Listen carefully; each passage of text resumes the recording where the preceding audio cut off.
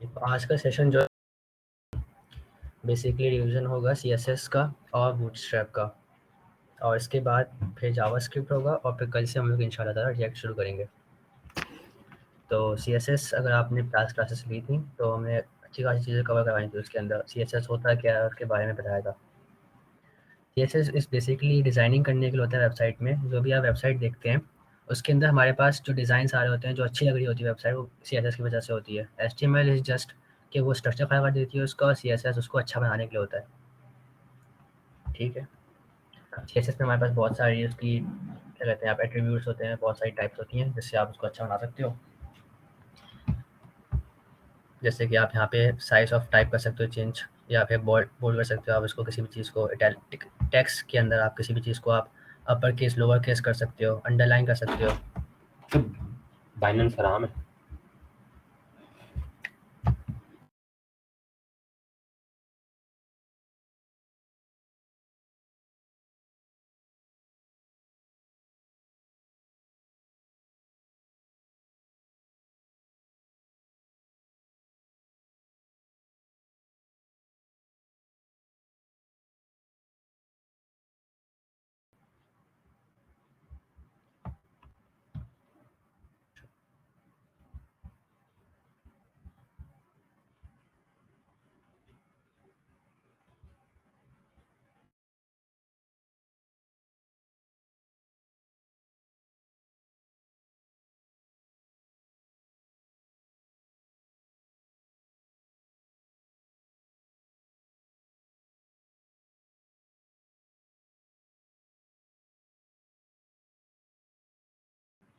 Sorry मेरा मसला आता है नेट का।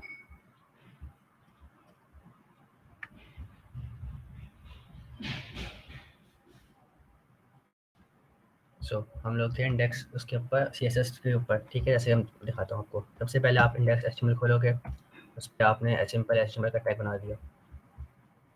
इसको हम लोग देखते हैं।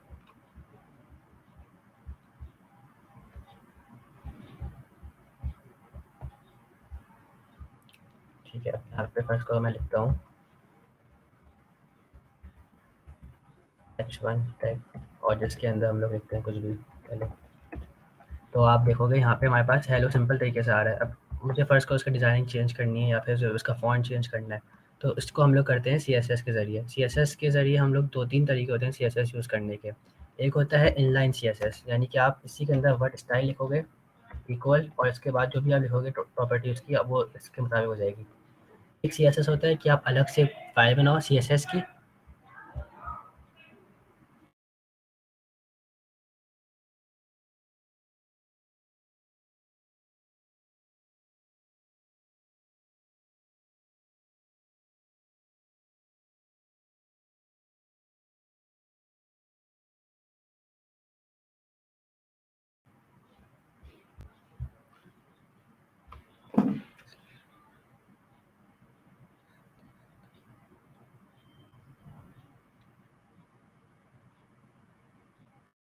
अच्छा मुझे CSS हमारी लेक्चर कवर हो चुका है। ठीक है, फिर हम लोग यानी कि बूटस्ट्रैप पे आ जाते हैं डायरेक्ट। अगर आपने CSS की क्लास ली थी उसमें आपने देखा होगा कि CSS में हम लोग बेसिकली बहुत सारी चीज़ों को खुद से लिख रहे होते हैं ताकि हमारे पास वो अच्छी तरीके से दिख सके। उसके हम बनिस्बत बूटस्ट्रैप हम लोग यूज़ करते हैं। बूटस्ट्रैप एक फ्रेमवर्क होता है जो कि CSS की जो भी हमारे पास प्रॉपर्टीज़ हैं उनके उनके स्निपेट्स को उसने अपने पास रखा हुआ होता है। तो एक तरीके से मैं दिखाता हूँ आपको बूटस्ट्रैप को।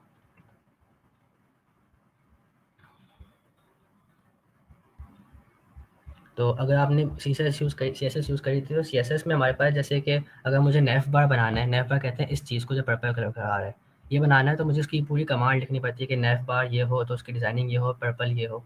बूटस्ट्रैप के ज़रिए आप सिंपल 2-3 लिंक्स कॉपी करके आप उसको अपने पास अपनी इंडेक्स की फ़ाइल के अंदर, HTML की फ़ाइल के अंदर आप खाली उसको पुट कर सकते हो, और पुट करने के बाद जो CSS बूटस्ट्रैप की प्रॉपर्टीज़ हैं उनको आप यूज़ कर सकते हो खाली क्लास के नाम से। ठीक है, ऐसे कि मैं दिखाता हूँ आपको। यहाँ पे हमने कॉपी किया इसको, बूटस्ट्रैप की डॉक्यूमेंट पे गए, कॉपी किया इसको अब CSS की चीज़ को, और मेटा के अंदर आने के बाद हाँ सिंपली पेस्ट कर दिया। और एक और चीज़ करनी होती है कॉपी, ये होती है जावास्क्रिप्ट वाली। यहाँ से कॉपी किया और इसको हमने करना है बॉडी से आखिर में ख्याल से। हाँ, यहाँ पे दिया हुआ भी है, अगर आपको ऐसे नहीं पता करना तो आप यहाँ डॉक्यूमेंट पे जाएंगे, आप ये पूरी चीज़ कॉपी करें अपने पास, तो आपके पास बूटस्ट्रैप इंटीग्रेट हो जाएगी आपकी index.html की फ़ाइल के अंदर। सही है, अब इसको रन कर देखते हैं।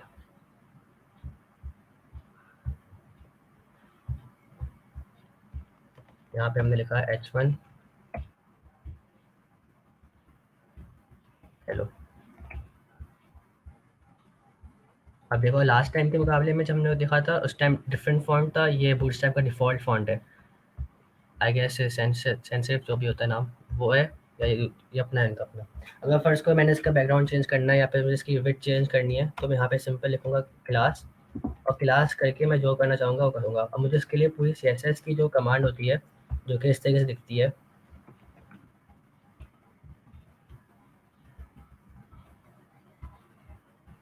जैसे कि h1 और बैकग्राउंड कलर इज,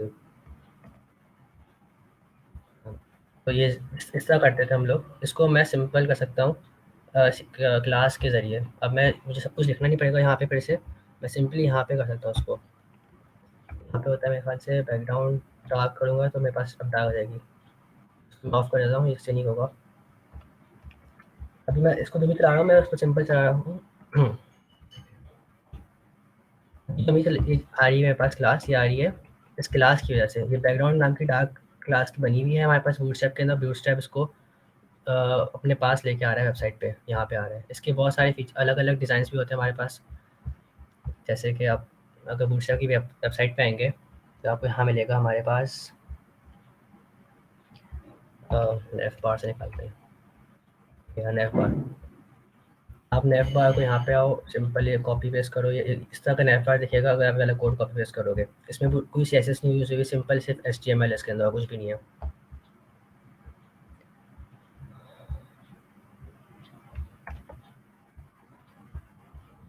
ये देख रहे हैं, ये हमारे पास पूरी बूटस्ट्रैप लग के आ गई है इसके ऊपर, जो कि प्रॉपर रिस्पॉन्सिव भी। रिस्पॉन्सिव का कॉन्सेप्ट आपको हादी ने दिया होगा लास्ट टाइम क्लास में, कि हमारे पास किस तरह कोई चीज़ रिस्पॉन्सिव होती है। रिस्पॉन्सिव उस वेबसाइट को कहते हैं जो कि मोबाइल पे भी प्रॉपर्ली विजिबल हो, आप यानी कि हर साइज़ पे स्क्रीन के प्रॉपर्ली विजिबल हो रही हो।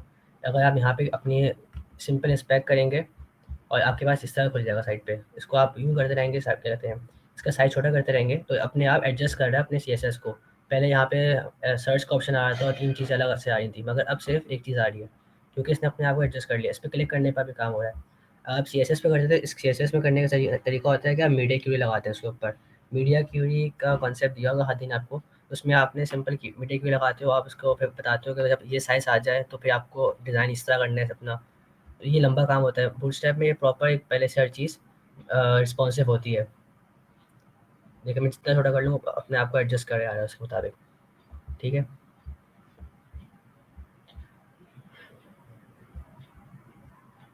सो तो नहीं रहे सारे।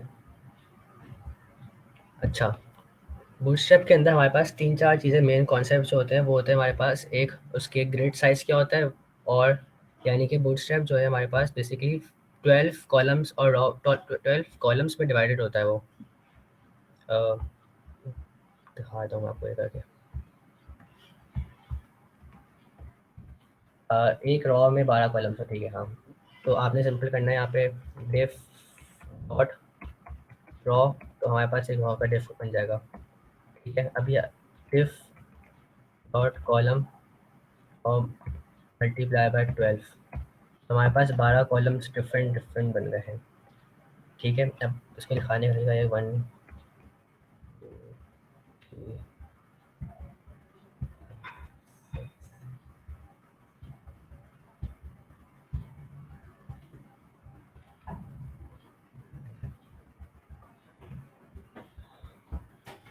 ये देखो, यानी कि हमारे पास ये 12 कॉलम से डिवाइडेड है। और ये 12 कॉलम्स में हम डिज़ाइनिंग करनी होती है। यानी कि अगर मैं फ़र्ज़ करो मैं चाह रहा हूँ कि मेरा कोई एक ब्लॉक जो है वो 2 कॉलम्स ले रहा हो, तो मैं उसको बोल दूँगा कॉलम 1 से लेकर 2 तक के ब्लॉक्स आप ले लो। ये अच्छा, दूसरी चीज़ ये है कि बूटस्ट्रैप में हमारे पास कॉलम्स जो होते हैं वो रिस्पॉन्सिव भी होते हैं। यानी कि मैं इसको जैसे-जैसे छोटा करता रहूँगा स्क्रीन को, ये अपने आप खुद ही एडजस्ट करते रहेंगे अपनी विड्थ को। और एक टाइम आएगा जब ये ओवरलैप होने लगेंगे, यानी कि जब और छोटी हो जाएगी स्क्रीन तो खुद ही नीचे एडजस्ट कर लेंगे अपने आप को। ठीक है, मैं आपको इसकी एग्जाम्पल दिखा सकता हूँ। एक वेबसाइट है अगर बनी हुई है, ओके बात नहीं, एक सेकेंड रुकेगा।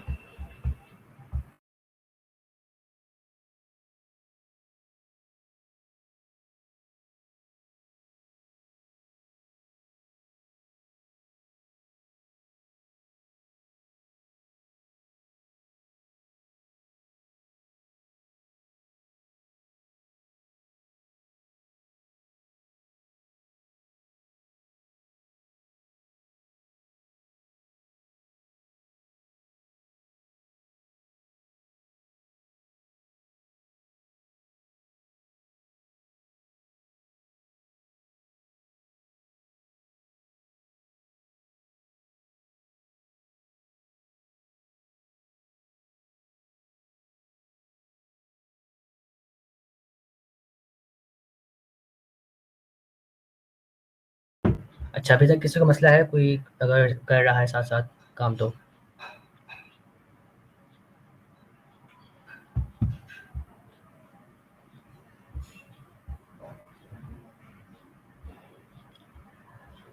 हाँ, सब सो तो नहीं रहे।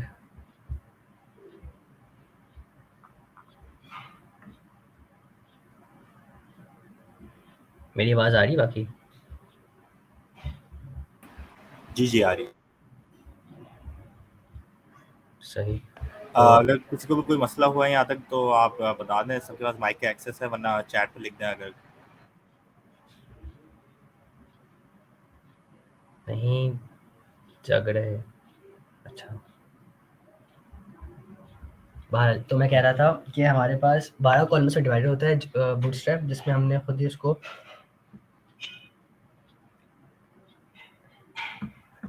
अच्छा, तो हमारे पास बूटस्ट्रैप 12 कॉलम से डिवाइड होता है। हमें उसको डिज़ाइन जो करना होता है वो उन 12 कॉलम्स के हिसाब से ही करना होता है। अब जैसे कि फ़र्ज़ करें मैंने यहाँ पे कोई दिखाता हूँ बूटस्ट्रैप की, आप वेबसाइट पे आएँगे और यहाँ पे होगा कॉलम्स के नाम से, कार्ट के नाम से।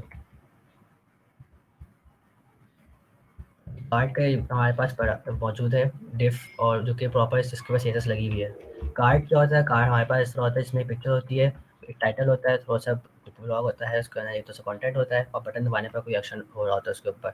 आप अक्सर देखोगे इसको जैसे कि ई कॉमर्स वेबसाइट्स के ऊपर हमारे पास प्रोडक्ट होता है, प्रोडक्ट का नाम होता है, उसकी डिस्क्रिप्शन होती है और ऐड टू कार्ट का बटन होता है। तो वो बेसिकली कार्ट से ही बन रहा होता है मोर और लेस, ठीक है। तो अब आपने जैसे कि देखा कि मैं यहाँ पे एक एक मेरे पास रॉ है, जो इस रॉ के डिफ के अंदर एक कॉलम है, जो कि कॉलम मैंने दिया हुआ है पर अच्छा, कॉलम अगर आप सिंपल दोगे तो वो एक कॉलम लेगा, ठीक है। अगर आप इसको डिफाइन करोगे ना, सॉरी, अगर आप कॉलम दोगे तो इसने यानी कि मैंने कोई इसके आगे नंबर नहीं लिखा, मैंने खाली लिखा COL। अब COL का मतलब है कि इसने पूरा जो 12 कॉलम्स थे, यानी कि इस तरह इंटीग्रेट हुए थे जो 12 कॉलम्स, वो उसमें से इसने पूरा एक 12 कॉलम ले लिया। अगर मैं चाहूँ नहीं पूरे 12 कॉलम्स मत लो, खाली स्टार्टिंग के 2 कॉलम्स 3 कॉलम्स लो, तो मैं कॉल और -3 लिखूँगा इसके आगे, हाइफन 3। तो इसका मतलब है कि स्टार्टिंग के 3 कॉलम लेगा। अब इसमें मैंने वो कॉपी करता हूँ जो मैं अभी वहाँ से कॉपी पेस्ट किया, ठीक है। अब इसी चीज़ को मैं 2 बार लिख लेता हूँ ताकि ये कॉन्सेप्ट और समझ आ जाए। देखो यहाँ पे हमारे पास 12 कॉलम्स थे यहाँ पे, यानी कि 3 कॉलम ये रहे और 3 कॉलम ये रहे। उसके बाद यहाँ पे 3 एक और कॉलम आएगा, एक और कॉलम आएगा, तो इस तरह 12 कॉलम्स बन जाएंगे। तो उसमें से पहला कॉलम, दूसरा कॉलम, तीसरा कॉलम रख करके इसने अपने आप को एडजस्ट किया, इसने अपने आप को एडजस्ट किया इस तरह, ठीक है। अब फर्ज करो मैंने कि कुछ और अच्छा, इसके अंदर हमारे पास कुछ डिफ़ॉल्ट कलर्स भी होते हैं बूटस्ट्रैप के अंदर, जो कि होता है प्राइमरी, सेकेंडरी और डार्क और ग्रे, इस तरह के कलर्स होते हैं। अब देखो यहाँ पे आप, यहाँ पे होगा BBTN और प्राइमरी, BTN प्राइमरी, इसका मतलब है कि ब्लू कलर आएगा। अगर मैं यहाँ पे कर दूँगा सेकेंडरी, तो आप देखो हमारे पास ग्रे कलर आ गया, ठीक है। अब सेकेंडरी नहीं करना, अगर मैंने फर्स्ट को यहाँ पे लिखता हूँ आउटलाइन,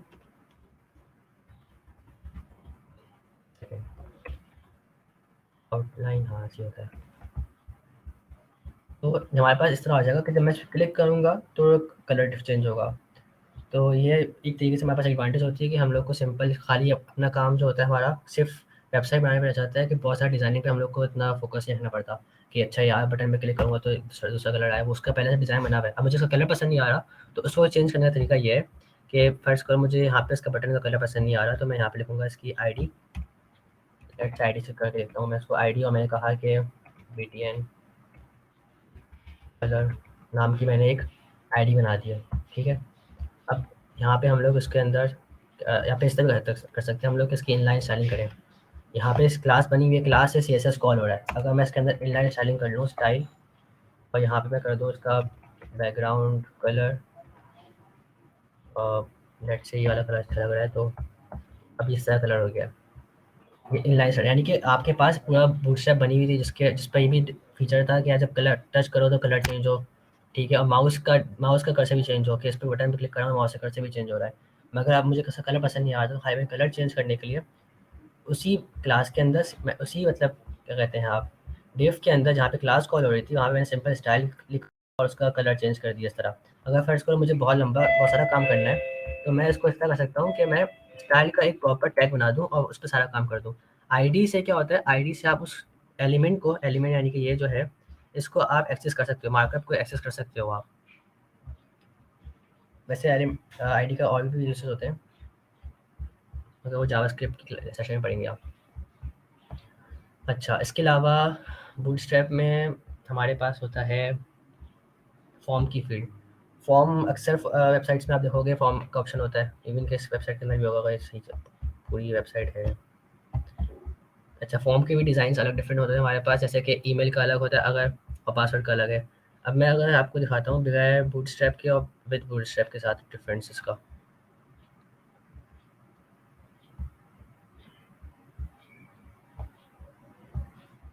ये हमारे पास रॉ है, यहाँ पे हमने बनाया। कल भी आपने फॉर्म का कॉन्सेप्ट पढ़ा था, उसमें आपने देखा होगा कि हमारे पास जो है फॉर्म जब बना रहे थे तो वो बिल्कुल ही सादा सा फॉर्म था, कोई डिज़ाइनिंग खास थी नहीं उसके अंदर। इसमें अगर मैं लिख दूँगा टाइप इक्वल्स ईमेल,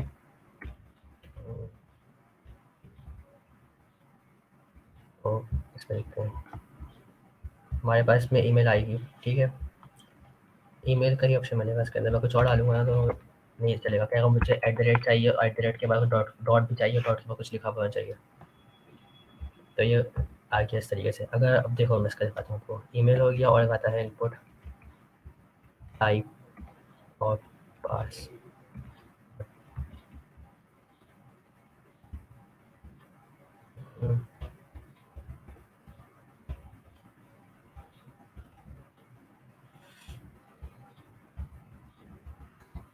देखो अब यहाँ पे पासवर्ड का क्या सीन होता है, पासवर्ड का मतलब है कि आप कुछ भी लिखोगे ना वो डॉट में इनविजिबल होगा, फिर किसी को दिखेगा नहीं पासवर्ड इसके अंदर क्या है।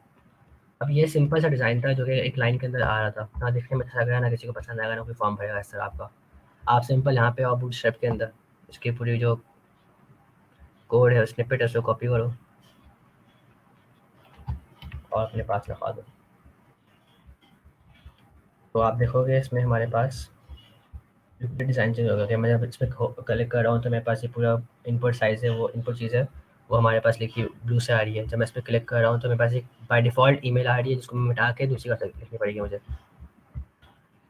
आई गेस ये उन्होंने फिक्स करी हुई स्टैटिक है, ठीक है। यानी कि ये ईमेल तो फिक्स रहेगी, आपने खाली पासवर्ड चेंज करना है इसके अंदर, सही है।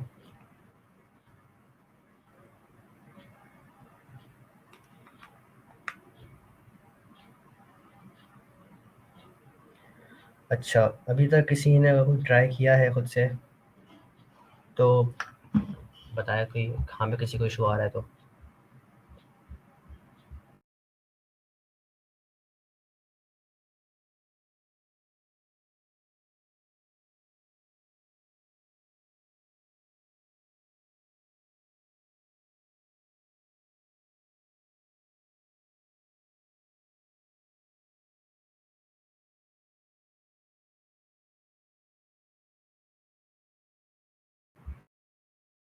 If you want to change the email what you will do, आप यहाँ पे हमारे पास स्टैटिक का जो आ रहा है उसको चेंज कर सकते हो। मेरे ख्याल से इसी की वजह से मसला कर रहा है ये।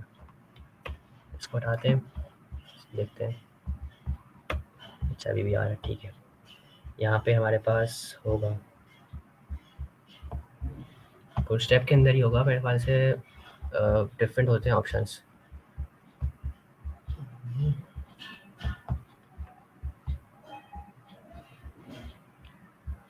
हाँ, देखो यहाँ पे हमारे पास होगा ऑप्शन, देखना पड़ेगा। ये रहा आईडी स्टैटिक ईमेल। इस आईडी की वजह से उसने स्टैटिक किया वजह से, और वैल्यू भी डिफाइन की हुई थी जो कि ये इसको वैल्यू की जगह हम कर सकते हैं यहाँ पे प्लेस होल्डर। इसको प्लेस होल्डर का मतलब होता है कि आप जब आपको पता नहीं है इनपुट बॉक्स किस चीज़ का है, तो वो आपको लिखा हुआ दिखाएगा किस तरह की ईमेल लिखनी चाहिए। यहाँ पे देखो, यहाँ पे हमारे पास आ गया ईमेल के, जब मैं क्लिक करूँगा तो वो ईमेल ओवरराइट हो जाएगी यहाँ से। ठीक है, जैसे यहाँ पासवर्ड है, पासवर्ड जब क्लिक करो तो पीछे वाला पासवर्ड हट रहा है प्लेस होल्डर की वजह से, और वो हमारे पास जो पासवर्ड लिखना है मैंने वो आ रहा है हमारे पास। ठीक है, और यहाँ पे एक आईडी होगी मेरा। सही है, तो इसमें हमने आईडी बनानी है। ID is equal, ID equal रखते हैं हम लोग इसके अंदर इनपुट।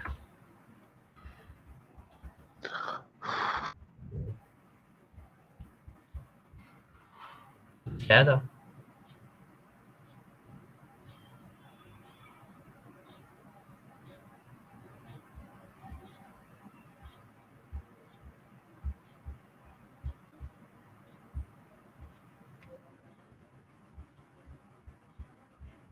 ठीक है,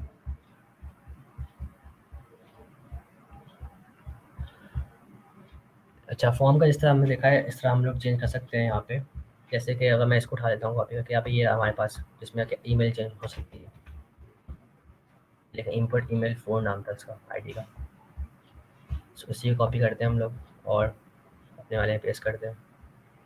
दूर स्टेप में आपने खाली कॉपी पेस्ट करना होता है और अपने डिज़ाइन के मुताबिक उसको थोड़ा बहुत चेंज करना होता है अगर आपको चेंज करने का दिल चाह रहा हो। जैसे कि यहाँ पे देखो पूरा फॉर्म आ गया हमारे पास। अब ये अच्छा, ये फॉर्म का साथ साथ हमारे पास रिस्पॉन्सिव भी है कि अगर आप स्क्रीन स्पेक पे क्लिक करेंगे तो देखो अपने आप इसको एडजस्ट करता रहेगा अपने स्क्रीन साइज़ के मुताबिक।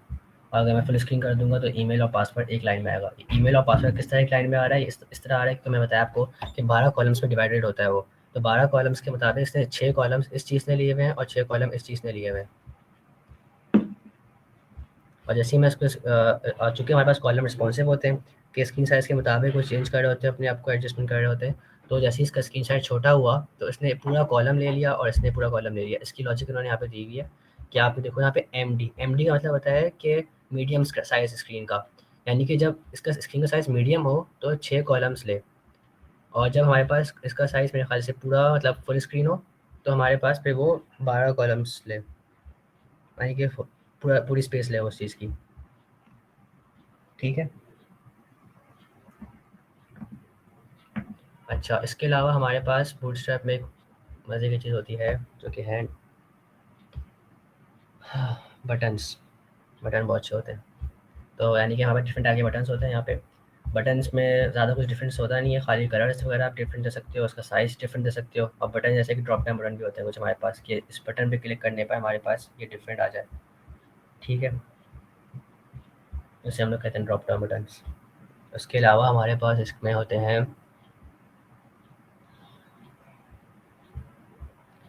कार्ड होता है, अलर्ट्स होते हैं। अलर्ट्स में आप देख सकते हो, हाँ, अलर्ट्स ये होता है कि ऐसे कि फ़र्ज़ करो आपने ईमेल लॉगिन करी अपनी, तो ऊपर मैसेज खुला हुआ आता है कि यू सक्सेसफुली लॉगिन, यहाँ पे आप किस तरह की चीज़ आती है, वो आती है हमारे पास अलर्ट से। तो आप सिंपल इस चीज़ को कॉल करते हो और या आप अलर्ट से कॉल कर लेते हो। लॉजिक कैसे लगेगी कि जब आप ईमेल लॉगिन करो तभी ये चीज़ आए, वो आप जावास्क्रिप्ट के थ्रू कर सकते हो। फिलहाल हम लोग खाली CSS देख रहे हैं, तो वो हमने दिखाया था आपको मैं। तो ये देखो आप पे हमारे पास ये ब्लू कलर का अलर्ट आ गया क्योंकि इसका नाम प्राइमरी अलर्ट था। सेकेंडरी कर देते हैं हमारे पास, तो कलर का नाम चेंज होता है, कलर डिफरेंट होता है बस। हर अलर्ट का कोई मकसद होता है, जैसे कि हमारे पास अगर आप पासवर्ड कलर डालोगे तो रेड अलर्ट आएगा हमारे पास, तो उसको हम लोग कहते हैं डेंजर। रेड आ गया हमारे पास। डिफरेंट होते हैं यूज़ केसेस अलर्ट्स के भी। ठीक है, और हमारे पास इसमें देखते हैं हम बेसिकली अगर आपने कोई भी बूटस्ट्रैप के बारे में कुछ करना है तो आप सिंपली यहाँ पे आओगे और यहाँ पे आपको यानी कि पता होगा कि मुझे अभी कहाँ की क्या चीज़ लगानी है। फॉर्म लगाना है तो फॉर्म पे आप सर्च करोगे, यहाँ पे तो फॉर्म खुल जाएगा आपके पास। उसका CSS कॉपी करो, अपने पास पेस्ट करो और थोड़ी बहुत एडजस्टमेंट कर लो। लेट्स से आपको फॉर्म में ईमेल और पासवर्ड नहीं चाहिए था, आपको फॉर्म में अपना नाम और कुछ एड्रेस वगैरह चाहिए था खाली, तो आप उस हिस्से को मिटा दोगे जैसे कि यहाँ पे है। ईमेल और पासवर्ड दिया हुआ है मुझे, क्योंकि वो इसमें लिखा हुआ था। आपने यहाँ पे देखा है ईमेल कहाँ पे लिखी हुई है, ईमेल शुरू हो रही है इस डिव से लेकर इस डिव तक, पासवर्ड शुरू हो रहा है इस डिव से लेकर इस डिव तक। तो आप सिंपली इस पूरे डिव को हटा दो। ठीक है, यहाँ से हमारे पास भी हट गया ऊपर से। अब खाली एड्रेस रह गया, एड्रेस ट्रू रह गया है। ठीक है, वो डिपेंड है, आप जितना अच्छा खेलना चाहो उसके साथ खेल लो। अच्छा, यहाँ पे हमारे पास बहुत सी थीम्स भी है बूटस्ट्रैप के अंदर, कि कुछ लोगों ने जैसे कि कुछ पेड है यहाँ पे, अक्सर अक्सर ही पेड है मेरे ख्याल से। और आप देख सकते हो ये सारी वेबसाइट जितनी बनी हुई है सब बूटस्ट्रैप के थ्रू बनी हुई है। ठीक है, और ये सारी रिस्पॉन्सिव भी हैं, जैसे कि ये देखो डिज़ाइन वगैरह सारे हैं, ये सब बूटस्ट्रैप के थ्रू हैं। कि अगर आपको देखना चाह रहे हो कि इसमें कौन सा डिज़ाइन लगा हुआ है, आप इसमें सिंपली इसको इंस्पेक्ट पे क्लिक करो और यहाँ उसका पूरा एचटीएमएल खुल जाएगा साइड पे।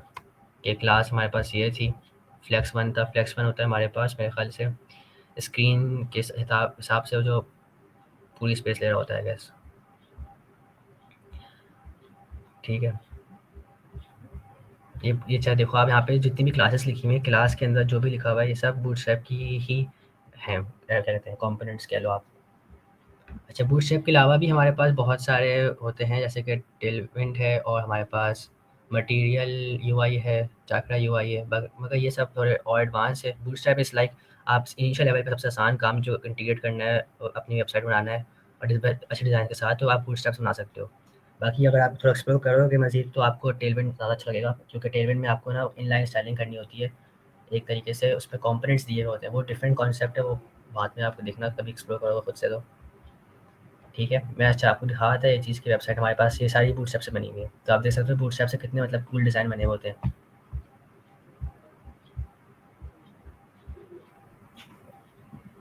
अच्छा, मेरे ख्याल से शायद हादी आ गया है जावा स्क्रिप्ट, अगर वो कंटिन्यू करना चाहे तो। आवाज़ आ रही है? आ रही है, वालेकुम सलाम। तो समझ CSS वगैरह आपने पढ़ा लिया क्या? जी, सीएसएस का थोड़ा बहुत कॉन्सेप्ट दिया था, बाकी डायरेक्ट बूटस्ट्रैप पे कन्वर्ट किया था मैंने, क्योंकि मुझे पता चला कि सीएसएस के आपने आधी ज़्यादा क्लासेस ले चुके हैं, यानी कि कॉन्सेप्ट क्लियर करवा चुके हो आप उसके। तो CSS में पोजीशनिंग, ग्रिड और सूडो एलिमेंट्स वगैरह करवा दिए? करवाने हैं वो। जी, अगर आप करवा सकते हैं तो, वरना मैं ओवरटेक कर लूँ। आप ओवरटेक कर लो बस। ठीक, थैंक यू। Thank you.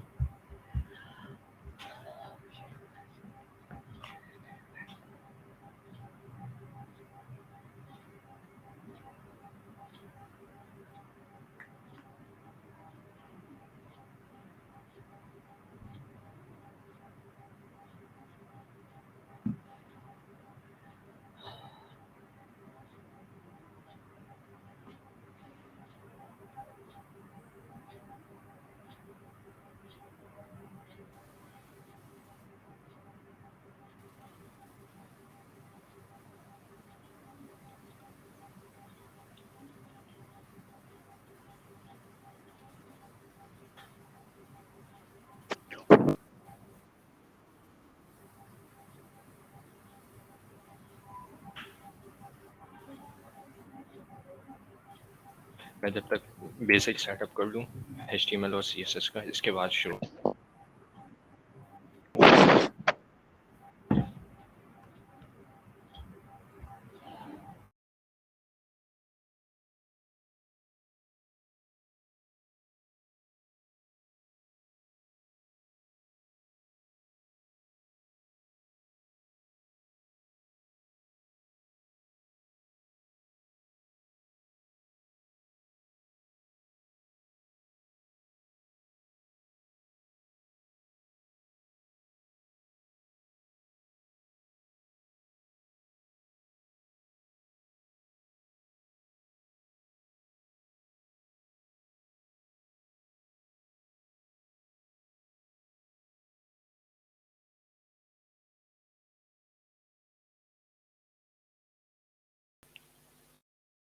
हमने तकरीबन CSS के काफ़ी ज़्यादा टॉपिक्स पढ़ लिए थे, इंक्लूडिंग कलर्स, बैकग्राउंड कलर्स वगैरह। मैं जब तक बुक पे आ जाता हूँ।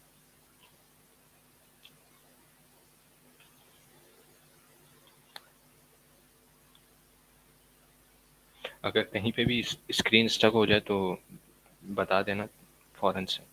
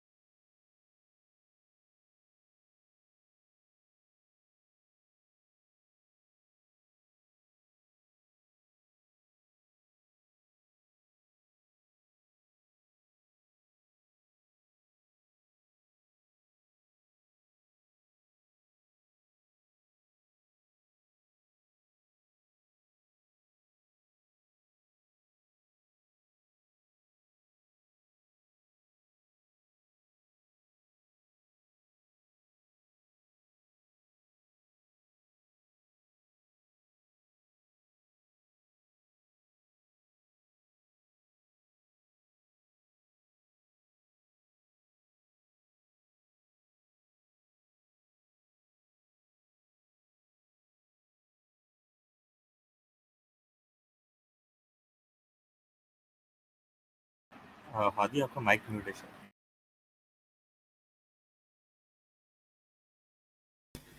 जी, 1 मिनट मैं बेसिक सेटअप कर लूँ, इसके बाद मैं सही सही।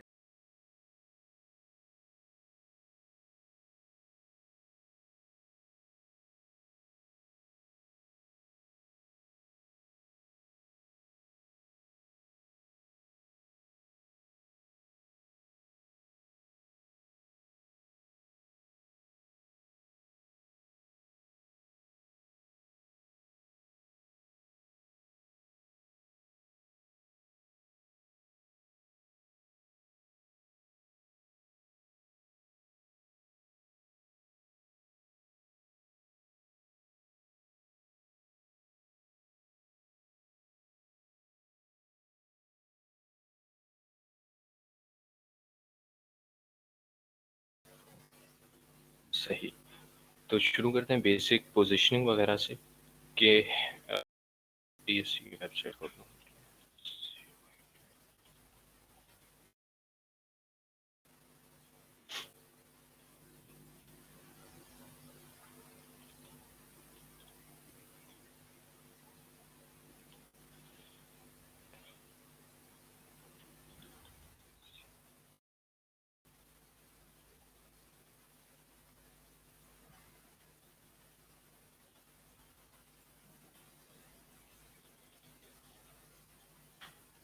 मतलब भाई अगर आप चैट पे डीएससी की वेबसाइट का लिंक भेज दें।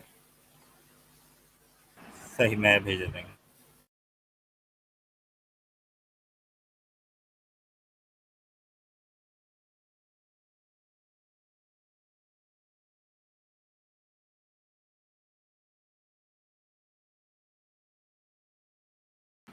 सही, मैंने भेज दी।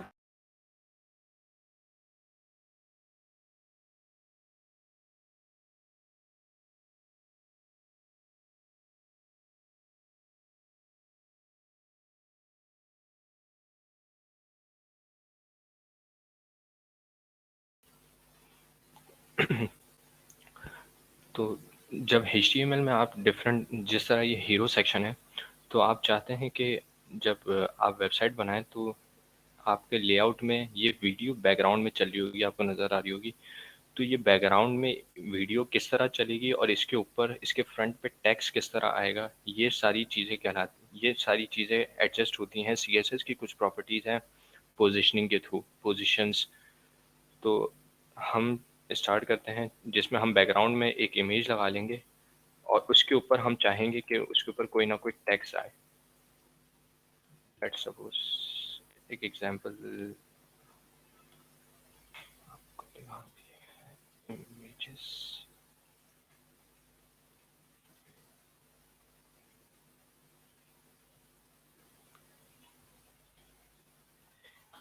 एक मैंने एक बेसिक डिव बना लिया जिसको मैंने क्लास दे दी कंटेनर की। उसके बाद मैं एक और डिव बना लेता हूँ जिसको मैं नाम दे देता हूँ इमेज रैपर, और इसके अंदर मैं एक इमेज ऐड कर देता हूँ, आई गेस इमेज।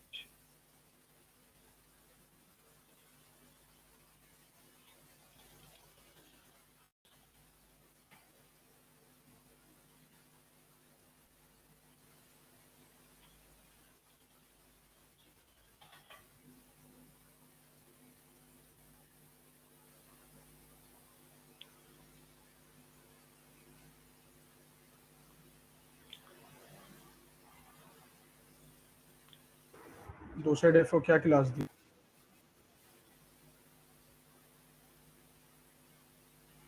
मैं 1 मिनट बता देता हूँ।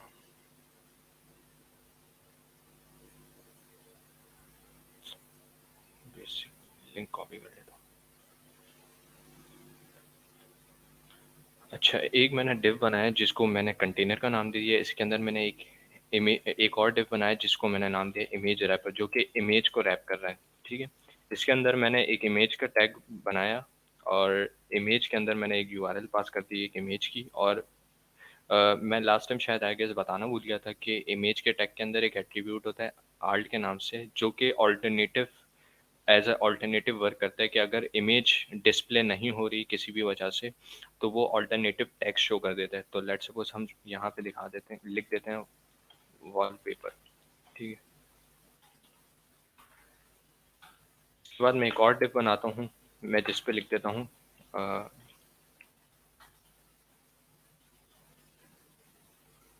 As a more broader perspective मैं आपको कुछ नए कि HTML में कौन से नए टैग्स होते हैं कि आप जब भी अपनी वेबसाइट बना रहे होते हैं तो उसमें सबसे जो टॉप लेवल एलिमेंट होता है, टॉप लेवल टैग होता है, उसे हम हमेशा मेन का टैग यूज़ करते हैं, ठीक है। इसके अंदर जितने भी सेक्शंस होते हैं उन्हें हम सेक्शंस के टैग से रिप्रेजेंट कर रहे होते हैं। तो आज एक ये चीज़ हो गई वाज़ेह। मैं यहाँ पर आया, मैंने दे दिया कि कंटेंट और इसके अंदर मैं एक H1 दे देता हूँ जिसमें हेडिंग दे देता हूँ बूट कैंप 2023।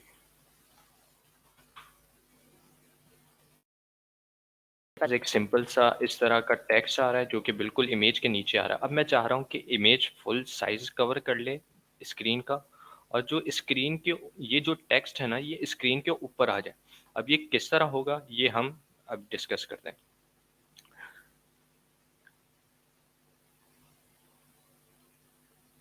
हाँ, ये मैंने लिखा कंटेनर को मैं विड्थ 100 VW यानी व्यू पोर्ट विड्थ दे देता हूँ और हाइट दे देता हूँ मैं 100 व्यू पोर्ट हाइट, ठीक है। इसके बाद मैं क्या बोलते हैं विड्थ हाइट दे देता हूँ, इमेज रैपर इसको मैं दे देता हूँ विड्थ 100%। जितने भी उसके पेरेंट की हाइट है, इस इमेज रैपर जो क्लास है इसका पेरेंट कौन है, कंटेनर की क्लास। अब ये जो कंटेनर है इसकी जो भी विड्थ और हाइट होगी मैं चाह रहा हूँ कि इसके चाइल्ड को भी उतनी ही विड्थ और हाइट मिल जाए। तो वो किस तरह होगी,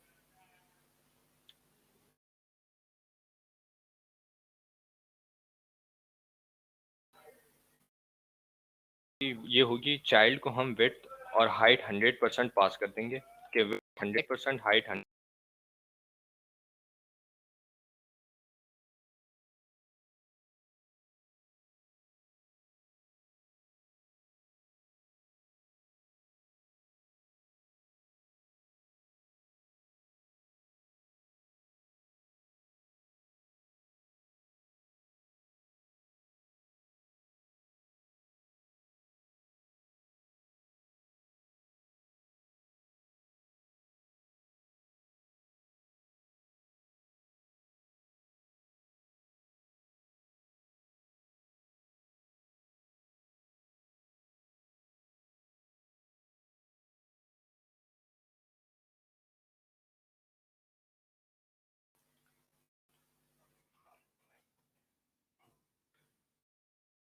इमेज को विड्थ 100% मिल गई और हाइट 100% मिल गई जो कि 100 व्यू पोर्ट विड्थ और 100 व्यू पोर्ट हाइट है। अब मैं चाह रहा हूँ ये टैग्स इसके ऊपर आए, तो अब ये किस तरह होगा। तो CSS में कुछ प्रॉपर्टीज होती हैं जिसमें इंक्लूडिंग एक प्रॉपर्टी है पोजीशन के नाम से। अब पोजीशन की प्रॉपर्टी क्या करती है कि लेट्स सपोज मैं कंटेंट की क्लास को टारगेट करता हूँ और मैं चाहता हूँ कि इसकी पोजीशन जो है बाय डिफॉल्ट होती है रिलेटिव। रिलेटिव क्या काम करती है कि जो इस टैग, लेट्स सपोज ये टैग कौन सा है, इन ब्लॉक लेवल एलिमेंट है क्योंकि हमने div यूज किया है। तो जो div ब्लॉक लेवल एलिमेंट है तो रिलेटिव प्रॉपर्टी क्या करती है, उसी ब्लॉक लेवल एलिमेंट की प्रॉपर्टीज को इनहेरिट कर रही होती है।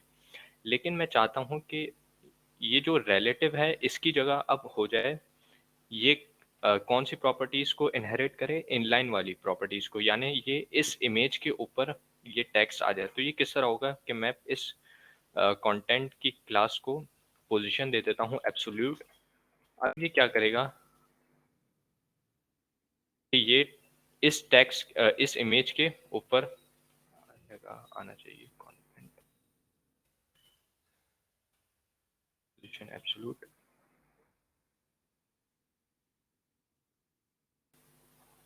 और मैं दे देता हूँ पॉप 0।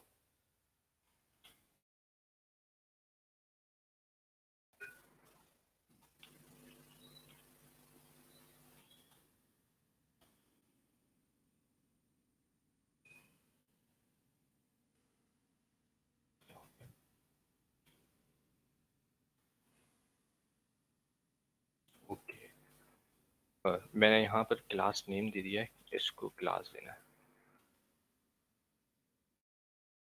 अब मैं यहाँ पर देखूंगा तो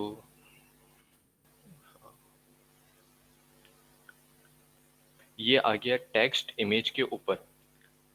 आपको यहाँ पे अगर मैं टेक्स्ट का कलर चेंज कर दूं, H1 कलर #FFF, और मैं दे देता हूँ डिस्प्ले फ्लेक्स अलाइन आइटम्स। ये प्रॉपर्टीज मैंने कल ही आपको पढ़ाई थी कि डिस्प्ले फ्लेक्स हो, अलाइन आइटम सेंटर और जस्टिफाई कंटेंट सेंटर। तो जो भी इसका पेरेंट एलिमेंट होगा उसके वो बिल्कुल सेंटर में अलाइन हो जाएगा।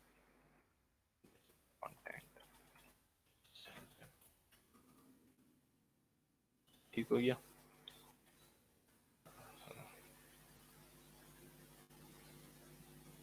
सही।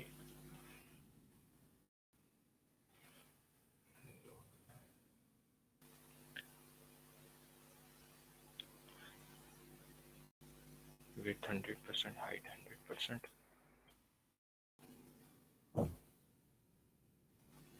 ये आ गया बिल्कुल सेंटर। ये पॉसिबल हो सका है आपकी पोजीशन के वजह से, ठीक है।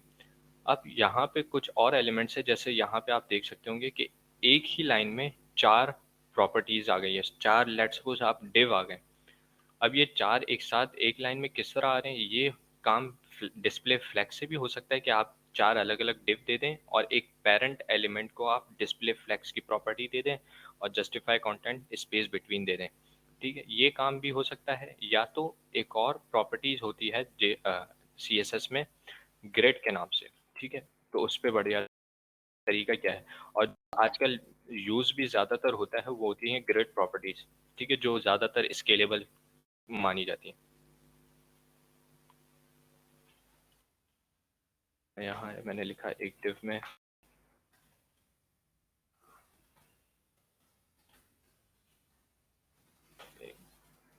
इसके अंदर मैं H1 दे देता हूँ हेडिंग, एक पैराग्राफ दे देता हूँ, ठीक है।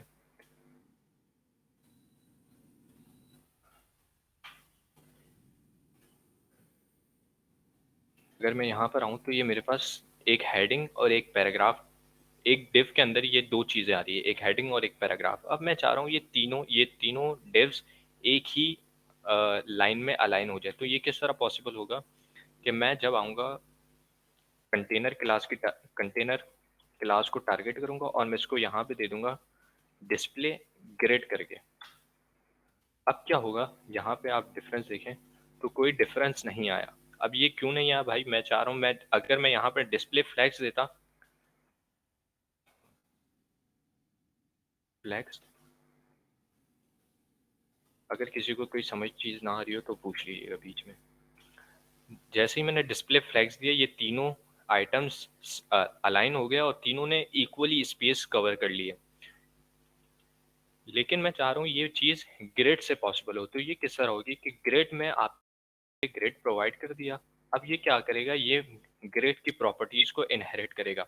अब मैं आया, मैंने लिखा ग्रिड, एक प्रॉपर्टी है ग्रिड टेम्पलेट कॉलम्स, यानी अब क्या करेगा, हमें डिफाइन करना होगा कि ये कितने कॉलम्स में डिवाइड हो। तो मैं चाहता हूँ क्योंकि 3 डिव्स हैं तो ये 3 कॉलम्स में डिवाइड हो जाए, मैंने लिख दिया 3।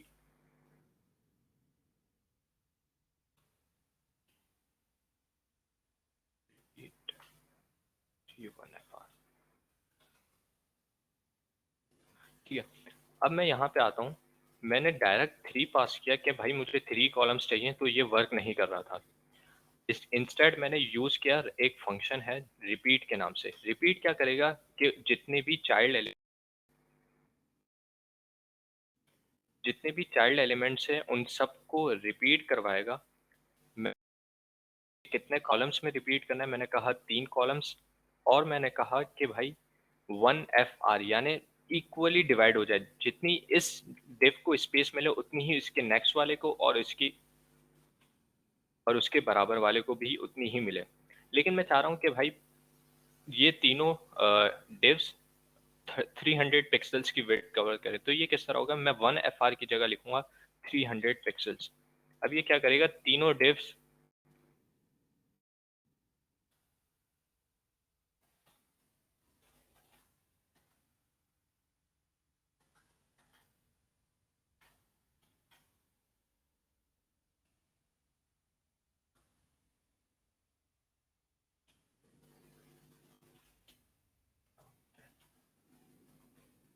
ये आ गया, तीनों डिव्स ने 300 पिक्सल्स की विड्थ कवर कर ली। थोड़ा मेरा आज पीसी स्लो चल रहा है, इस वजह से रिफ्लेक्शन में थोड़ा टाइम ले रहा है। ये मैंने यहाँ पे यूज़ किया कि रिपीट का फंक्शन मैंने लिया और उसमें मैंने डिफाइन कर दिया कि चाइल्ड एलिमेंट्स कितने होंगे, कितने कॉलम्स में डिवाइड होंगे, और उन हर सिंगल चाइल्ड एलिमेंट क्या कितनी विड्थ लेगा। तो मैंने डिफाइन कर दी कि भाई 300 पिक्सल्स की विड्थ वो कवर करेंगे। तो आज का मेन टॉपिक ये था कि हमें पोजीशनिंग पढ़नी थी और डिस्प्ले ग्रिड पढ़ना था। इसके बाद एक और चीज़ है सूडो एलिमेंट्स, यानी जिसमें मैंने कल कुछ प्रॉपर्टीज बता दी थी होवर, कि मैं होवर करूं तो क्या हो। होवर पे लेट्स, अच्छा, कंटेनर होवर, और मैं यहाँ पे दे देता हूँ बैकग्राउंड।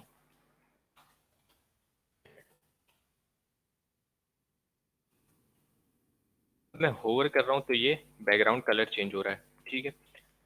लेट सपोज एक और सूडो एलिमेंट्स था जो मैंने कल ही पढ़ाया था, एक बार रिपीट कर रहा हूँ इसके बाद, ताकि जो मेन आज का टॉपिक है, जो मेन सूडो एलिमेंट्स बताने हैं वो क्लियर हो। आया मैंने यहाँ पर भी बैकग्राउंड दे दिया पर्पल, कि जब भी मैं इस कंटेनर को क्लिक करूँ ना इस डिव पर, तो इसका कलर, बैकग्राउंड कलर चेंज हो जाए पर्पल में। जैसे ही मैं होवर कर रहा हूँ तो रेड है, लेकिन मैं क्लिक करूंगा तो ये हो गया पर्पल। जैसे ही मैंने क्लिक रिलीज किया, ये रेड हो गया अपनी जगह पर वापस। अब आ जाते हैं, मैं चाह रहा हूँ मैं बिना बिना मैं क्लास डिफाइन किए, मैं चाह रहा हूँ कि ये जो कंटेनर का जो डिव है, इसके अंदर के जितने भी, इसका जो फर्स्ट चाइल्ड है, ये जो मैंने कंटेनर क्लास ली, इसके अंदर 3 चाइल्ड्स हैं। एक ये पहला डिव, इसके बाद दूसरा डिव, और इसके बाद ये तीसरा डिव। ये 3 इसके चाइल्ड एलिमेंट्स हैं। तो मैं चाह रहा हूँ कि ये जो कंटेनर क्लास है, इसके पहले चाइल्ड को, यानी जो पहला डिव है, इसका बैकग्राउंड कलर येलो चाहिए मुझे। तो ये किस तरह होगा बिना मैं इस डिव को टारगेट किए, ये मैं किस तरह कर सकता हूँ, मैं इसको कर सकता हूँ सूडो एलिमेंट से। सूडो एलिमेंट डिफाइन होते हैं कॉलन से। तो मैंने लिखा कंटेनर, इसके अंदर मैंने एक कॉलन दिया, मैंने लिखा फर्स्ट चाइल्ड, यानी first child of this container. मैं चाह रहा हूँ इसका बैकग्राउंड कलर हो जाए येलो।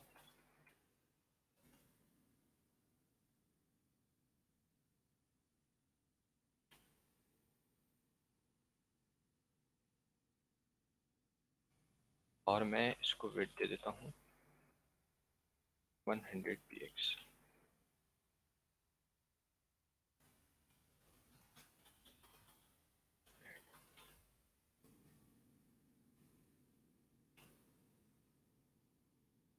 Okay sorry. अब मैंने क्या किया, इसके जो फर्स्ट चाइल्ड थे, इसके फर्स्ट चाइल्ड में कन्वर्ट कौन से हुए, यहाँ से कंटेनर की प्रॉपर्टीज को हाइड करूँ।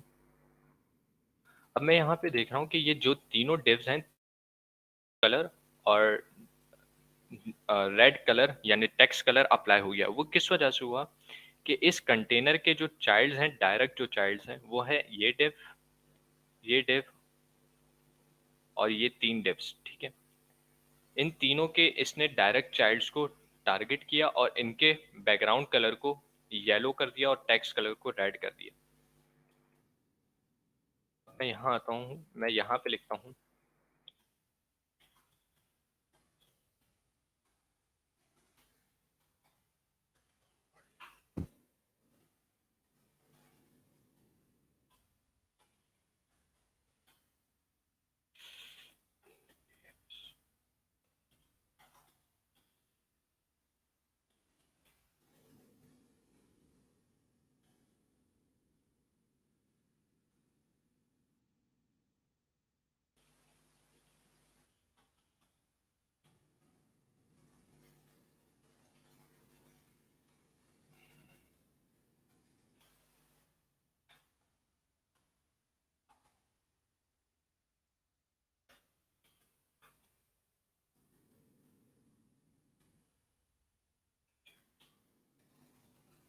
एक मिनट मैं प्रॉपर्टीज चेक कर लूँ, जिसके बाद मैं आपको ओवरव्यू दे दे रहा हूँ।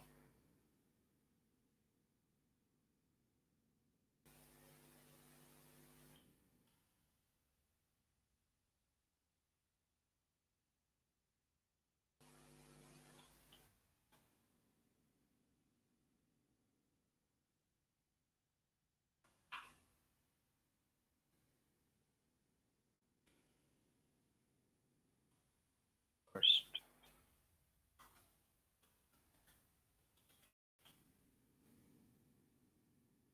सही। अब आ जाते हैं, मैं यहाँ पे हाइड करता हूँ ये दोनों एलिमेंट्स।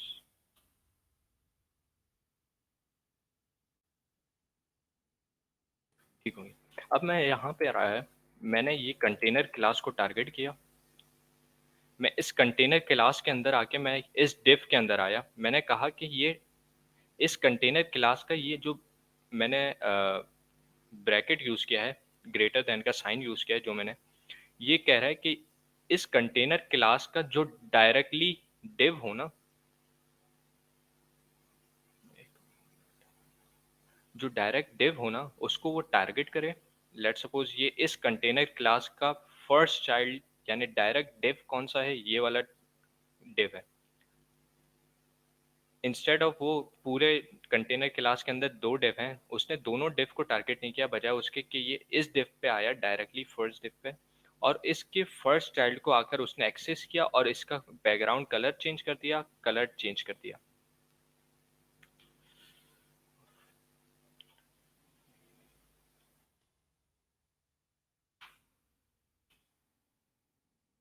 और यहाँ पर ये एक पेरेंट एलिमेंट है और इसका चाइल्ड एलिमेंट ये हेडिंग है। ठीक है, अगर यहाँ पे किसी को कोई क्वेश्चन हो तो बता दें।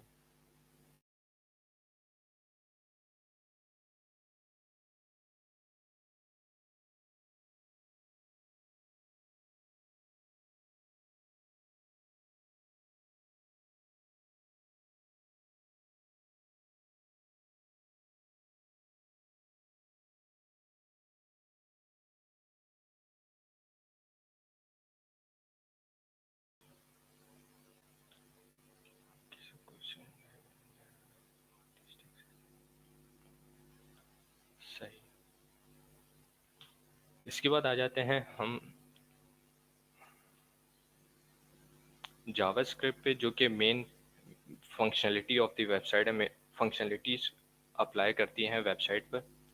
ये जो HTML थी, basic skeleton of the element website था। इसके बाद CSS जो कि स्टाइलिंग अप्लाई करता है, खूबसूरती ऐड करता है, और इसके बाद जावास्क्रिप्ट है जो कि फंक्शनलिटी ऐड करता है।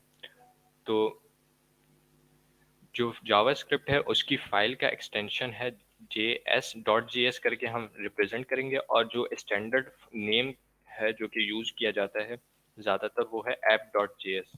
तो मैंने एक जावास्क्रिप्ट की फाइल बना दी, और मैं उसमें एक लेट सपोज एक फंक्शन यूज करता हूँ, जो कि अभी किसी को पता हो तो बेहतरीन है, अगर नहीं पता तो वो मैं बताऊंगा आपको 1 मिनट में।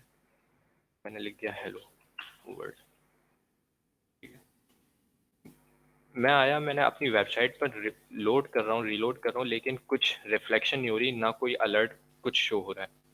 अब ये शो किस तरह होगा, क्योंकि मैंने इस फाइल को कनेक्ट नहीं किया अपनी HTML के साथ, जिस तरह मैंने CSS को कनेक्ट किया था। तो जावास्क्रिप्ट की फाइल को कनेक्ट करने का बेहतरीन तरीका क्या है, स्क्रिप्ट लिखते हैं और इन द सोर्स जो कि होगी app.js /app.js।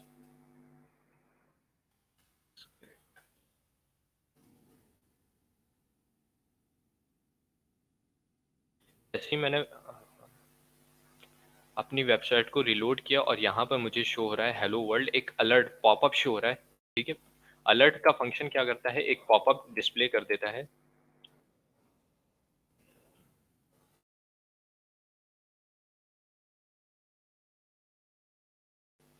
अलर्ट क्या करता है, एक पॉपअप डिस्प्ले कर देता है आपकी वेबसाइट में। ठीक है, अब स्टार्ट करते हैं। जो मेन जावास्क्रिप्ट वेरिएबल्स है, आपके फंक्शंस हैं, मेन जो आज के टॉपिक्स हैं, वेरिएबल्स और फंक्शंस। फंक्शंस क्या होते हैं, क्या करते हैं। ठीक है, मैं आया, मैंने एक वेरिएबल बनाया। वेरिएबल क्या होता है कि आपकी मेमोरी में एक स्पेस एलोकेट हो जाती है किसी भी वेरिएबल को और उसके वेरिएबल नेम को।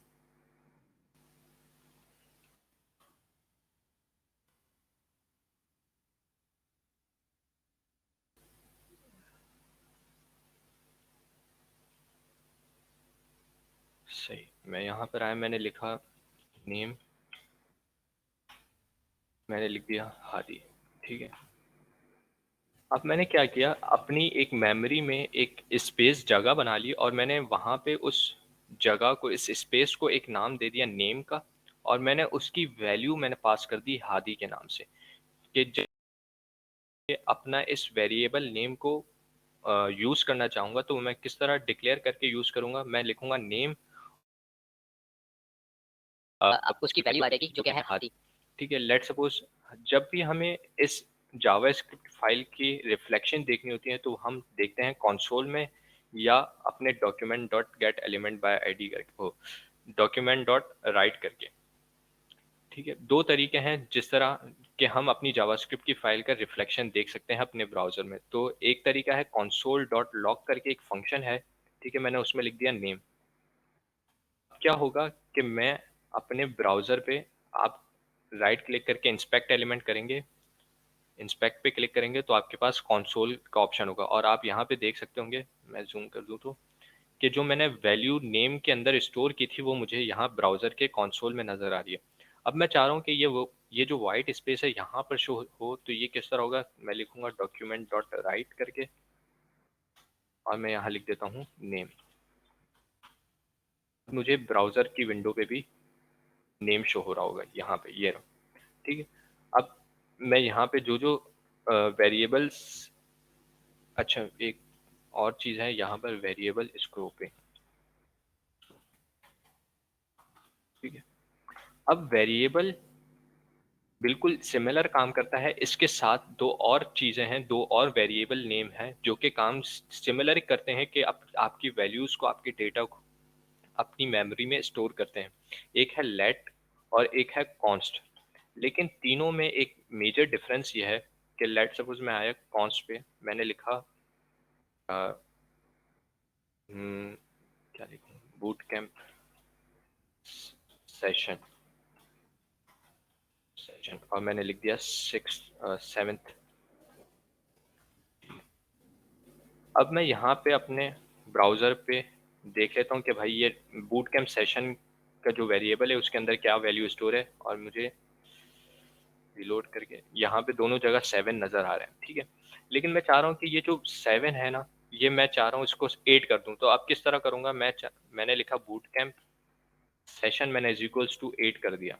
ठीक है, अब मैं ब्राउज़र की विंडो को रिलोड करूँगा तो मुझे एक एरर नज़र आ रहा है कि uncaught type error assignment to constant variable, कि कांस्टेंट वेरिएबल में जो भी आप एक बार वैल्यू इनिशियलाइज कर देंगे उसके बाद वो रीडिक्लेयर नहीं हो सकती। जैसे यहाँ पे मैंने 7 असाइन कर दी इस बूट कैंप सेशन के नाम से जो वेरिएबल है उसको, तो अब इसके बाद मैं कभी भी चाहूँ तो वो मैं चेंज नहीं कर सकता डायरेक्टली।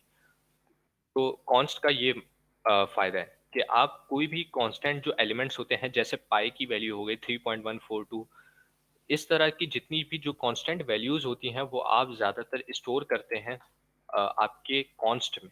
ठीक है, लेट्स सपोज मैंने लिख दिया पाई। अब मैं यहाँ पे आया, मैंने लिखा लेट, मैं लिख देता हूँ boot camp session is equals to 7। अब मैंने बूट कैंप सेशन लिखा और मुझे बिल्कुल सिमिलर तरीके से जिस तरह वेरिएबल और कांस्टेंट में नज़र आ रहा था 7, उसी तरह यहाँ पर भी मुझे रिजल्ट शो हो रहा है। लेकिन अब डिफरेंस क्या है भाई, कि कांस्टेंट में तो पता चल गया कि भाई ये कांस्टेंट एलिमेंट्स के लिए, कांस्टेंट वेरिएबल्स के लिए यूज होता है। ठीक है, लेकिन वार और लेट में क्या डिफरेंस है। अगर मैं यहाँ पे रीडिक्लेयर करना चाहूँ बूट कैंप सेशन को, मैंने 8 लिख दिया, अब मैं रिलोड करूंगा तो ये 8 हो जाएगा, कोई एरर नहीं शो कर रहा, इट मीन्स। और अगर मैं नेम पे आके नेम को हादी की जगह 8 कर दूं तो वो नेम, मैं यहाँ आता हूँ, मैंने यहाँ पे नेम को 8 कर दिया, तो यहाँ पे मुझे 8 शो हो रहा है। लेकिन अब डिफरेंस क्या है वार और लेट में? तो वार जो कि पूरी आपकी ग्लोबल स्कोप के लिए होता है, और जो लेट है वो आपके सिर्फ ब्लॉक स्कोप के लिए यूज होता है। तो ब्लॉक स्कोप वेरिएबल है, वेरिएबल, और वार जो है आपका ग्लोबल स्कोप है, और कांस्टेंट तो आपके फॉर दी कांस्टेंट वेरिएबल्स, ठीक है। यहाँ तक अगर जावास्क्रिप्ट में किसी को कोई प्रॉब्लम हो तो वो पूछ लें सवाल।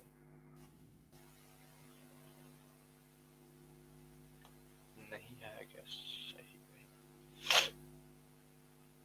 इसके बाद आ जाते हैं मेजर। मैं जावास्क्रिप्ट की अगर बुक भी खोलूं ताकि कोई टॉपिक मिस ना हो। अलर्ट्स हो गया, वेरिएबल्स हो गए। अच्छा, variables for strings, numbers, legal and illegal, ठीक है। अच्छा, लीगल और इलीगल वेरिएबल टाइप्स बता देता हूँ, कि वेरिएबल नेम, सॉरी, कि कौन से वेरिएबल नेम्स लीगल हैं और कौन से इलीगल, कौन से वेरिएबल नेम्स हम यूज़ कर सकते हैं, कौन से नहीं। तो मैं आया, मैंने लिखा वार, मैंने लिखा 321, कुछ भी नंबर लिख दिया, और मैंने यहाँ पे एक वैल्यू लिख दी 3.14। यहाँ पे मुझे वैसे ही VS कोड का फ़ायदा ये हुआ, हो गया कि भाई कि वेरिएबल डिक्लेरेशन एक्सपेक्टेड, वेरिएबल का नाम यहाँ पे आपको देना था जो कि आपने नंबर दिया। तो हमें यहाँ पे ये समझ आ रहा है कि आप जब भी वेरिएबल का नाम देंगे, variable name should must not start with numbers. Numbers से कभी भी वेरिएबल का नेम स्टार्ट नहीं हो सकता। अगर मैं यहाँ पर आऊँ, मैं लिखूँ वार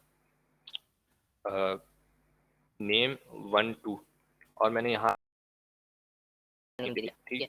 ये क्यों? यहाँ पर मैं स्टार्ट कर सकता हूँ अल्फा न्यूमेरिक की से। अल्फा न्यूमेरिक कौन कौन सी हो गई आपकी, उसमें स्पेशल कैरेक्टर्स कौन से हो गए, अंडरस्कोर आ गए, ठीक है। तो आप अंडरस्कोर से अपना वेरिएबल नेम स्टार्ट कर सकते हैं। लेकिन मैं यहाँ पे आके डॉट से स्टार्ट करूँ तो ये इलीगल है। अगर मैं डॉलर साइन के साथ स्टार्ट करूँ तो वो लीगल हो जाएगा, ठीक है। मैं यहाँ पर आया, मैंने लिखा वार हाइफन, बल्कि मैंने लिखा var name hyphen Hadi is equals to Haider, कुछ भी लिख दिया। तो मुझे यहाँ पे पता चल रहा है कि बीच में मैं हाइफन्स भी नहीं दे सकता और ना मैं स्पेस दे सकता हूँ वेरिएबल नेम्स में, ठीक है। ये दोनों इलीगल वेरिएबल नेम की टाइप्स हैं, ठीक है। अब मैं यहाँ पे आके देखता हूँ और कौन से टॉपिक है, variable names for numbers and strings. Variable के नेम, अगर स्ट्रिंग आपको डिफाइन करना है, स्ट्रिंग क्या होते हैं कि आपको किसी का नाम वगैरह डिफाइन करना है तो आप डबल कोट्स के अंदर या सिंगल कोट्स के अंदर आप नेम या कुछ भी स्ट्रिंग डिफाइन करते हैं। और अगर आपको नंबर्स डिक्लेयर करने हैं तो आप बिना कोट्स के, मैं जिस तरह लिख देता हूँ, पाई की value pi is equals to 3.14। तो ये क्या होगा, ये एक एज अ नंबर सेव होगा आपकी मेमोरी में। अगर मैं टाइप स्क्रिप्ट की तरफ नहीं जाना चाह रहा, लेकिन मैं यहाँ पर आपको शो करवाऊँ तो यहाँ पर एनी शो हो रहा है। लेट्स सपोज मैं यहाँ पर f.ts करता हूँ, और यही चीज़ मैं यहाँ पर आपको दिखाने की कोशिश करता हूँ। मैं लिखता हूँ 3 i इज इक्वल्स टू 3.14, ठीक है।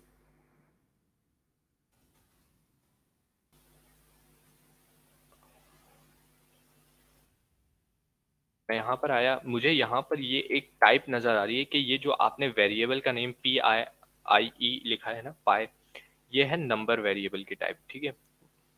मैंने PI सेव किया था तो एक एरर मुझे शो हो रहा है कि भाई ये आप इस वेरिएबल नेम से यूज़ नहीं कर सकते क्योंकि ये वैसे ही ब्लॉक्ड स्कोप है, can not declare block scope variable पाई।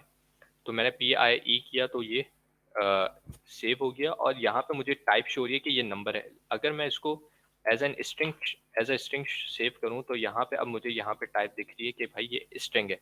लेकिन जावास्क्रिप्ट में ये एक थोड़ा सा नुकसान है कि आपको टाइप्स वगैरह नहीं पता चलती, हर वेरिएबल हर फंक्शन की टाइप एनी होती है। ये ऐसा एज अ बेसिक ओवरव्यू था आपको बताने के लिए कि कौन सी टाइप होती है। ये टाइप स्क्रिप्ट आपको फिलवक्त सीखने की ज़रूरत नहीं है। Math expressions, familiar operators, unfamiliar. Math के जो बेसिक ऑपरेटर्स होते हैं वो भी वही जावास्क्रिप्ट में यूज़ हो जाते हैं, क्योंकि मैं पहले ही पढ़ा चुका हूँ तो ज़्यादा डेप्थ में जाने की ज़रूरत नहीं लग रही मुझे। इसके बाद आ जाते हैं कॉन्कैटिनेशन स्टैक्स स्ट्रिंग्स। ठीक है, कॉन्कैटिनेशन पे आ जाते हैं। आया कॉन्कैटिनेशन, मैंने लिखा var variable name is equals to HADI Hadi.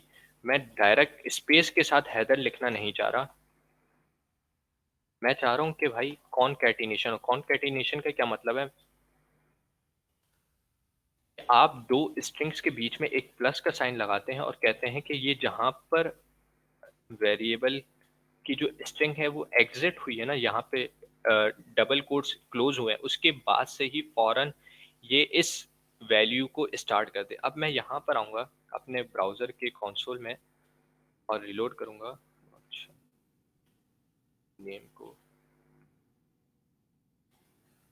Name पहले से डिक्लेयर हुआ हुआ है, सही। यहाँ से सारे वेरिएबल्स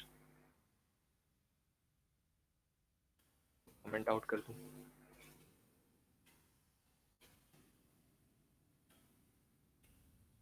और यहाँ पे मुझे बिना स्पेस के हादी हैदर लिखा हुआ शो हो रहा है, लेकिन मैं चाह रहा हूँ कि इन दोनों के बीच में स्पेस है। तो दो तरीके हैं, या तो मैं यहाँ पे स्पेस दे दूँ या यहाँ पे स्पेस दे दूँ, या बीच में एक एम्प्टी स्ट्रिंग दे दूँ जिसमें बीच में खाली स्पेस हो। अब मैं यहाँ पे आऊँगा ब्राउज़र की विंडो पे, तो ये मुझे हादी हैदर विद स्पेस नज़र आ रहा है। लेकिन अगर मैं दो नंबर्स के बीच में कॉन्कैटिनेशन करवाना, कॉन्कैटिनेशन हमेशा स्ट्रिंग्स के बीच में होती है, ठीक है, उसके अलावा नंबर्स के बीच में तो एडिशन या सब्ट्रैक्शन वगैरह हो जाती है। लेट्स सपोज मैंने लिखा वार नंबर्स, लेकिन जावास्क्रिप्ट में थोड़ा सा एक अजीब नुकसान ये भी है कि अब मैंने 10 + 10 लिखा, जो कि स्ट्रिंग में मैंने डिफाइन किया है, ठीक है। तो आपके नज़दीक ये होना चाहिए ना 1010।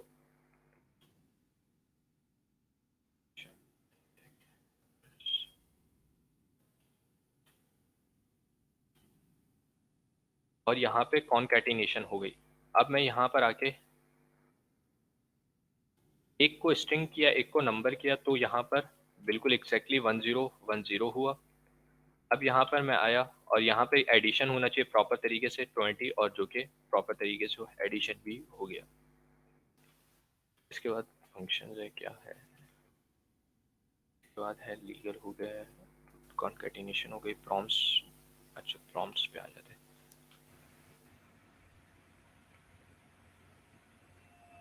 जो कुछ कहना है? जी सर, मुझे कुछ कहना है। जी जी। जी, मैं कह रहा था आपने 10 को मतलब बगैर डबल कोट्स के डिक्लेयर किया था और दूसरा वाला 10 डबल कोट्स में था। तो हम्म। एक इंटीजर के तौर पे लेगा, वो एक स्ट्रिंग के तौर पे लेगा, तो उसमें कॉन्कैट कैसे हो गया? 1010 तो नहीं आना चाहिए था, एरर नहीं आना चाहिए था। नहीं, ये एरर आएगा टाइप स्क्रिप्ट में, यहाँ पर एरर नहीं शो करता जावास्क्रिप्ट में, ये एक मसला है, यही बता रहा। क्लियर है यहाँ पर? जी सर। ठीक। अब आ जाते हैं नेक्स्ट टॉपिक पर, प्रॉम्प्ट्स के। प्रॉम्प्ट्स क्या करता है, एज अ अलर्ट के तौर पर ही काम करता है, लेकिन प्रॉम्प्ट्स में एक ये चीज़ होगी कि आपसे वो एक आपको इनपुट फील्ड बनाकर देगा, जो कि पॉपअप के तौर पर होगी, और वो आपसे एज एन इनपुट लेगा। मैंने लिखता हूँ प्रॉम्प्ट, थोड़ा सा आउट कर दूँ, प्रॉम्प्ट, मैं यहाँ पे लिखता हूँ const name is equals to const user input is equals to prompt। अब प्रॉम्प्ट में आप डायरेक्ट सिंपली जिस तरह अलर्ट में करते थे, एक फंक्शन बनाते थे, राउंड ब्रैक, किसी भी नेम के साथ आप राउंड ब्रैकेट लगाएंगे तो इट मींस ये एक फंक्शन है, ठीक है। तो जावास्क्रिप्ट इसको एज अ फंक्शन ट्रीट करेगा। अब ये प्रॉम्प्ट मैंने लिखा, मैंने इसके साथ कुछ भी पास नहीं किया, मैं ब्राउज़र पे आया, मैंने रीलोड किया और मुझे एक इनपुट फील्ड नज़र आ रही है, लेकिन मुझे कैसा पता, या यूज़र को कैसे पता चलेगा कि भाई ये इनपुट फील्ड क्या है, क्या एंटर करना है? मैं कुछ भी एंटर कर सकता हूँ, इसमें कोई रिस्ट्रिक्शन भी नहीं है। तो मैं यहाँ पर आता हूँ, मैं लिखता हूँ एंटर योर यूज़र नेम,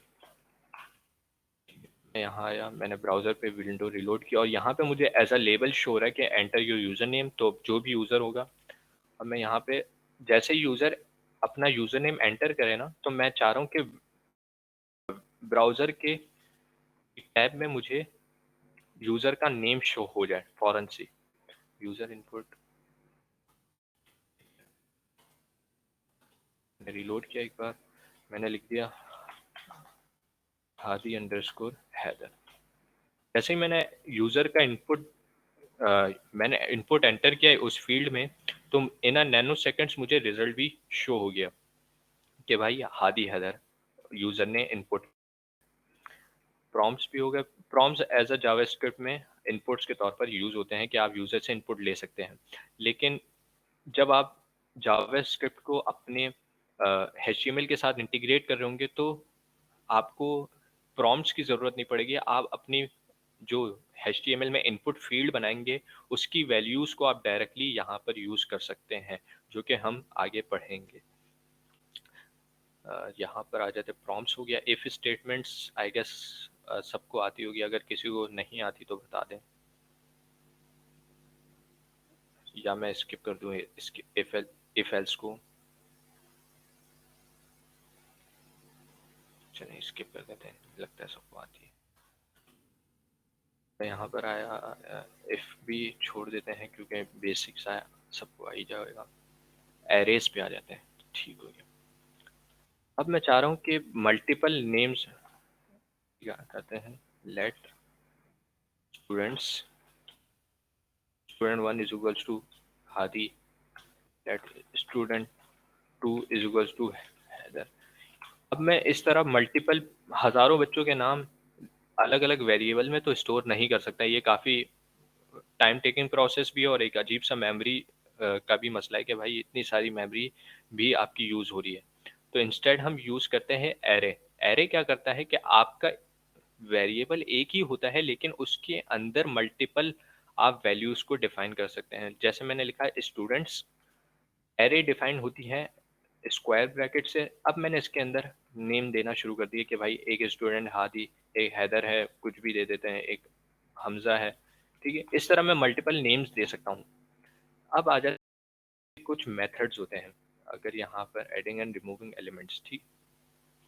अब कहता हूँ, मैं लिखता हूँ स्टूडेंट्स, साथ कंसोल भी कर लेता हूँ, कंसोल डॉट लॉग। ऊपर का तमाम कोड मैं हाइड कर देता हूँ, कमेंट कर देता हूँ। मैंने लिखा स्टूडेंट्स, पहले तो स्टूडेंट्स को मैं कंसोल पे ले आता हूँ कि भाई स्टूडेंट्स में क्या आ रहा है। स्टूडेंट्स में मुझे नज़र आ रहे हैं एक एरे जिसमें 3 इन एलिमेंट्स हैं, एक हादी के नाम से, एक हैदर और एक हमजा, ठीक है। अब मैं यहाँ पे एक जावास्क्रिप्ट का एक मेथड है स्लाइस करके।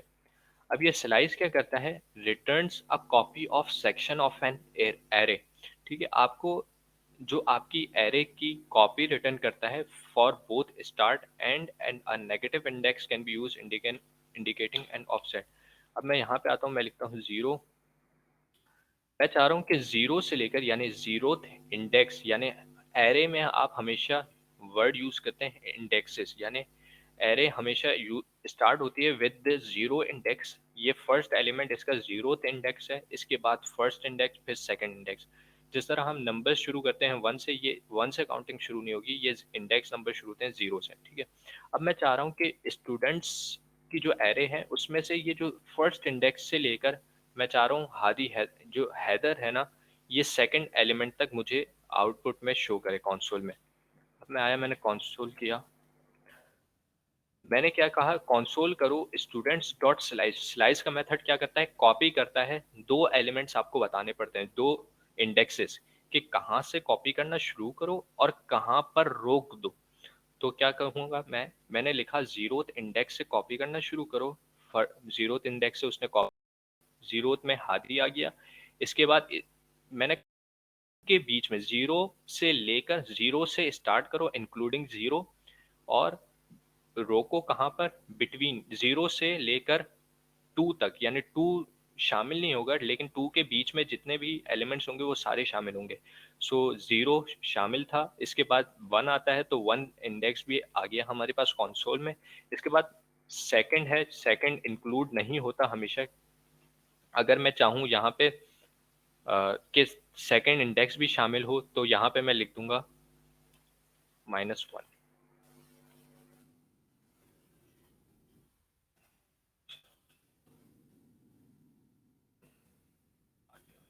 हाँ, यहाँ पर मैंने एक थर्ड इंडेक्स पास किया कि भाई ये मेरे पास सेकंड इंडेक्स तो है, लेकिन इसके बाद कोई भी इंडेक्स नहीं है, तो वो कंसीडर करेगा कि थर्ड इंडेक्स में कोई भी वैल्यू नहीं है, तो 0 से लेकर वो स्टार्ट करेगा और 3 के बीच बीच में जितने भी इंडेक्सेस हैं वो सारे मुझे कंसोल में शो करवा देगा।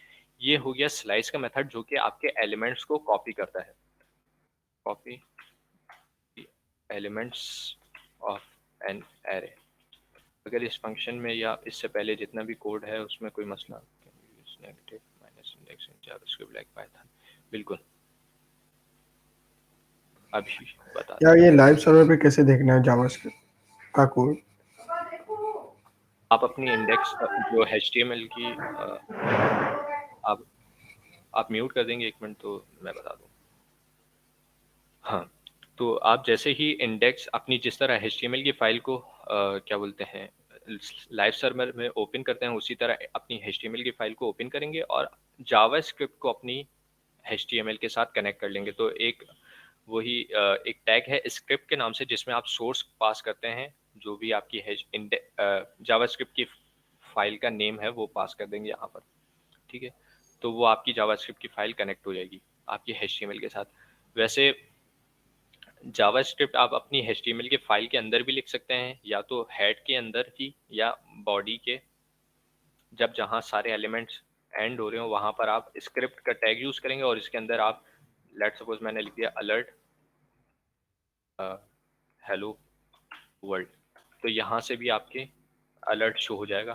तो 2 मेथड से, एक आप डायरेक्टली अलग से फाइल बना दो, या तो HTML की फाइल के अंदर ही आप जावास्क्रिप्ट यूज कर लो, ठीक है। तो ये इनलाइन कहलाती है जावास्क्रिप्ट, जो कि प्रेफर्ड नहीं की जाती क्योंकि सारा कोड मिक्स हो जाता है। इसके बाद आ जाते हैं एक और मेथड है जावास्क्रिप्ट में, स्टूडेंट्स डॉट स्प्लाइस। अब आ जाते हैं इसकी 3 पर। मैंने यहाँ पर the zero based location in the array from which to start removing elements, remove the element from an array and if necessary insert new elements in their place। अब splice का मेथड क्या करता है कि भाई आपकी एरे में से डिफरेंट इंडेक्सेस को या एलिमेंट्स को वो रिमूव करता है, और चाहो तो आप उसकी जगह कोई नया एलिमेंट भी प्लेस कर सकते हो। मैं चाह रहा हूँ कि 0 को रिमूव कर दिया जाए,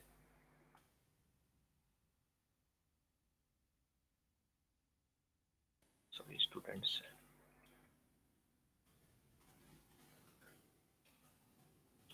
स्लाइड।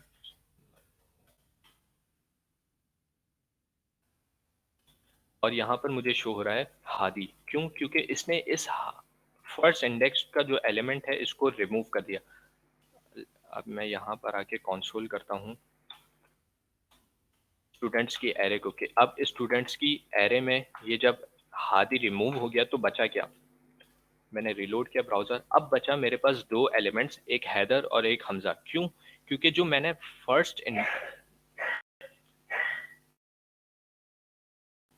क्योंकि मैंने 0th इंडेक्स को अपने एरे में से रिमूव कर दिया, और जो इसी तरह स्लाइस में जो कॉन्सेप्ट था कि आप फर्स्ट इंडेक्स जो देते हैं वो स्टार्टिंग नंबर होता है एरे का, यानी जहां से आपको कॉपी या रिमूव करना है, और जो सेकंड जो आप पैरामीटर में नंबर पास करते हैं वो एंडिंग होता है, लेकिन स्टार्टिंग में जो आप नंबर पास करते हैं वो इंक्लूड होता है उस फंक्शन के प्रोसेस में, या तो वो कॉपिंग में होगा या तो रिमूविंग में होगा।